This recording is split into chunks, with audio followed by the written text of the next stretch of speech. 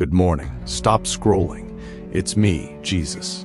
And I know you almost kept scrolling because your thumb has been trained to chase distraction, but you felt that gentle tug on your heart, that quiet whisper telling you to pause. And I am so glad you listened, because I have been waiting for this moment alone with you since before you even opened your eyes this morning, before the sun broke through your curtains, before your feet touched the cold floor. I was here, thinking about you, longing to speak directly to your heart before the noise of the world rushed in and stole your attention. Because the world is loud, isn't it? It screams at you from the moment you wake up with notifications and news alerts and messages demanding your response, with emails that make your stomach drop and social media posts that make you compare your behind-the-scenes struggles with everyone else's highlight reels. And I see how heavy that feels. I see how you carry the weight of expectations that were never meant for your shoulders. The weight of yesterday's mistakes that keep replaying in your mind like a broken record. The weight of words spoken over you that wounded your spirit and made you question your worth. The weight of relationships that are strained or broken. The weight of financial pressures that keep you up at night. The weight of health concerns that whisper fear into your quietest moments. The weight of uncertainty about your future, about your children, about your purpose, about whether you are actually making any difference at all in this vast and chaotic world. And I need you to know that I see all of it. Every single burden you are carrying right now. Every tear you have cried when no one was watching. Every prayer you whispered into your pillow when you didn't have the words to pray. Every moment you felt invisible or forgotten or unimportant. I saw it all. And I did not look away. I never look away from you, because you are not just another face in the crowd to me. You are not a statistic, or an afterthought, or someone who barely matters. You are the one I thought about before I laid the foundations of the earth. You are the reason I spoke light into existence. You are the reason I painted the sunsets, and designed the intricate patterns on every snowflake, and told the oceans exactly how far they could come, because I wanted to create a world beautiful enough for you to live in. And I know that might sound too good to be true. I know you have been let down by people your whole life. I know you have experienced rejection and abandonment and betrayal that made it hard to trust anyone, especially someone you cannot physically see. But I am not like people. I am not like the father who left. I am not like the friend who betrayed your confidence. I am not like the spouse who stopped trying. I am not like the boss who made you feel replaceable. I am not like the church that judged you instead of loved you. I am not like the religious people who used my name to hurt you. I am not like anyone you have ever known, because my love for you is not conditional. It does not depend on your performance or your productivity or your popularity or your perfection. It does not increase when you get it right and decrease when you mess up. It is not based on how many times you read your Bible this week, or how eloquent your prayers sound, or how put together your life looks from the outside. My love for you simply is. It exists, whether you feel it or not. It remains whether you acknowledge it or not.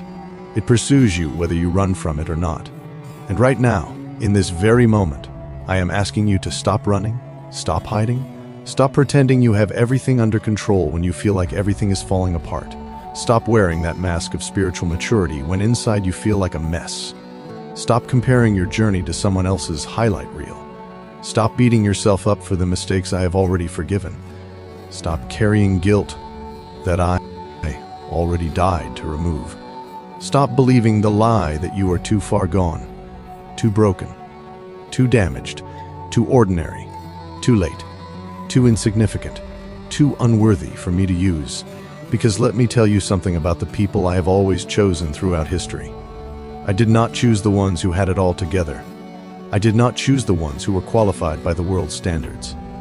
I did not choose the ones who were impressive and powerful and perfect. I chose a murderer named Moses to confront Pharaoh. I chose a liar named Jacob to father a nation. I chose a prostitute named Rahab to be in the lineage of my earthly family. I chose a coward named Gideon to lead an army. I chose a shepherd boy named David to be king, after I called him a man after my own heart, even though he committed adultery and murder. I chose a fisherman who denied me 3 times to be the rock on which I built my church. I chose a religious zealot who killed my followers to write half of the New Testament. I chose a woman caught in the very act of adultery, to be the recipient of my most quoted words about grace. I chose a thief on a cross who had nothing to offer me but a desperate plea to inherit paradise. So why do you think your story is the exception? Why do you think your past is too messy for me to redeem? Why do you think your current struggles disqualify you from my purpose? Because if I can take the broken pieces of your life and create something beautiful, and I have been doing exactly that since the beginning of time, taking chaos and speaking order into it, taking darkness and speaking light into it, taking emptiness and speaking abundance into it, taking dry bones and breathing life into them, taking ordinary people and doing extraordinary things through them, not because they were so amazing, but because I am, and because they were willing, and because they finally stopped trying to do it in their own strength and let me work through them. And that is all I am asking from you today. Just willingness, just openness, just a heart that says I can't do this alone anymore. I need you. I need your peace that passes understanding. I need your strength made perfect in my weakness. I need your wisdom because my wisdom keeps failing me. I need your guidance because I keep getting lost. I need your presence because I am so tired of feeling alone. And I am here. I have always been here. I promised you I would never leave you or forsake you, and I keep my promises even when you don't keep yours, even when you wander, even when you ignore me, even when you blame me for things I did not do, even when you walk through seasons where you cannot feel me at all. I am still here. I am still working. I am still weaving all things together for your good, even when it looks like everything is falling apart. Because you see the scattered threads, but I see the finished tapestry. You see the storm, but I see the other side. You see the closed door, but I see the one I am opening that no man can shut. You see the valley, but I see the mountaintop. And I need you to trust me with the in-between. Trust me with the waiting. Trust me with the silence. Trust me with the process.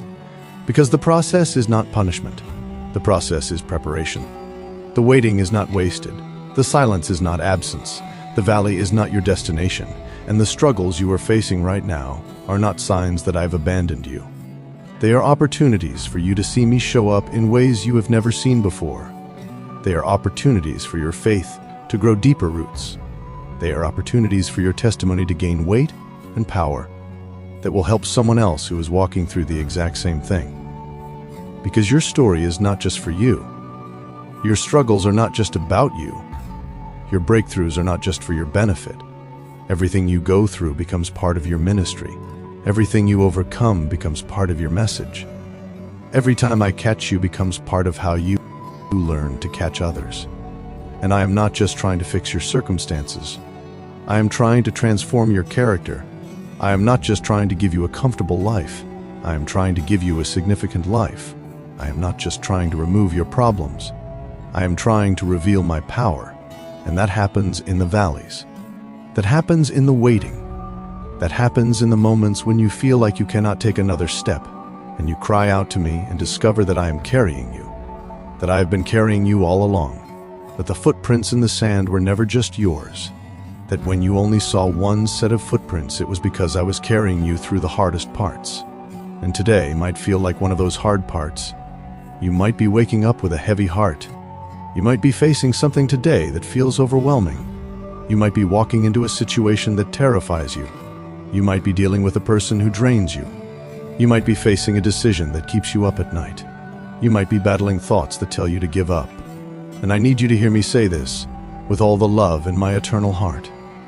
I have already gone before you into every single thing you will face today. I am already in your future. I have already prepared the way. I've already softened hearts. I've already opened doors. I've already shut the ones that would lead you into harm. I've already assigned angels to watch over you.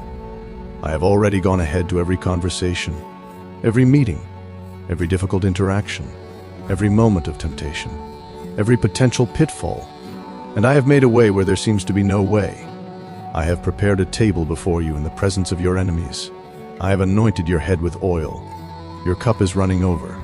Goodness and mercy are following you today, whether you see them or not. They are chasing you down. They are pursuing you. They are hemming you in behind and before, and I have laid my hand upon you. And nothing, absolutely nothing, can separate you from my love. Not trouble, not hardship, Not persecution, not famine, not nakedness, not danger, not sword, not death, not life, not angels, not demons, not the present, not the future, not any powers, not height, not depth, not anything else in all creation.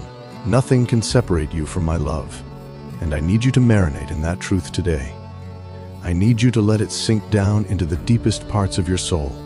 I need you to rehearse it when the lies come. When the enemy whispers that you are alone, when the world screams that you are not enough, when your own thoughts accuse you of failure, you need to come back to this moment.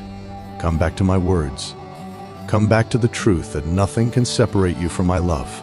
And because of that truth, you can breathe. You can let your shoulders drop. You can release the white-knuckle grip you have been holding on your life.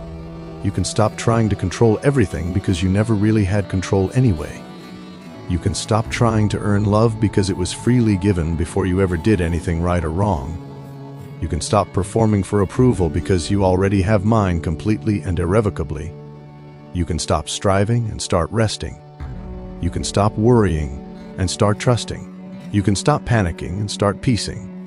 And yes, I know that is not proper grammar, but I am the Word made flesh, so I can say it however I want. I want you to peace today. I want you to peace in the middle of the chaos. I want you to peace when everything around you is shaking. I want you to peace when your circumstances are screaming panic. Because the peace I give is not like the world gives. The world's peace depends on everything going right. My peace depends on me, and I never change. The world's peace is circumstantial. My peace is supernatural. The world's peace is temporary. My peace is eternal. And it is available to you right now, this very moment. You don't have to wait until your situation improves. You don't have to wait until you figure everything out. You don't have to wait until you feel more worthy. You can have my peace right now because peace is not a feeling. Peace is a person. And I am living inside you if you have invited me in. I am closer than your next breath. I am more real than the phone in your hand. I am more present than the air you are breathing. And I am offering you peace that passes all understanding. Peace that will guard your heart and mind. Peace that will keep you steady when everything else is shaky. Peace that will be a testimony to everyone around you that there is something different about you. Something they cannot explain. Something they will want for themselves. And that is how you become a light. That is how you draw people to me. Not by having perfect theology or perfect behavior, but by having perfect peace in the middle of an imperfect life. By smiling when you should be bitter. By trusting when you should be terrified. By loving when you should be hateful. By giving when you should be holding back. By being kind when you have every right to be angry. By forgiving when forgiveness feels impossible. And I know forgiveness is hard for you right now. I know there is someone you are holding something against. I know there is a wound that keeps getting picked open. I know there is a betrayal that plays on repeat in your mind. And I am not asking you to pretend it didn't happen. I am not asking you to trust the person who hurt you. I am not asking you to be best friends with your abuser.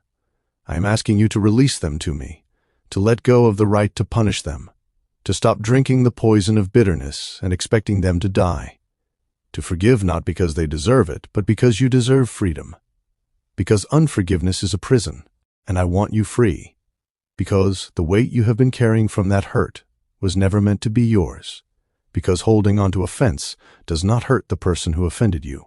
It only hurts you. It only keeps you stuck. It only blocks the flow of my grace in your own life. And I know it is not easy. I know it feels impossible. I know it goes against every human instinct you have. But I am with you. I will give you the strength to do it. I will give you the grace to release it. I will heal your heart as you walk through the process.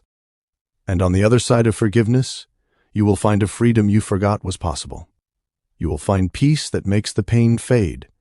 You will find me waiting with open arms ready to fill the space that bitterness used to occupy.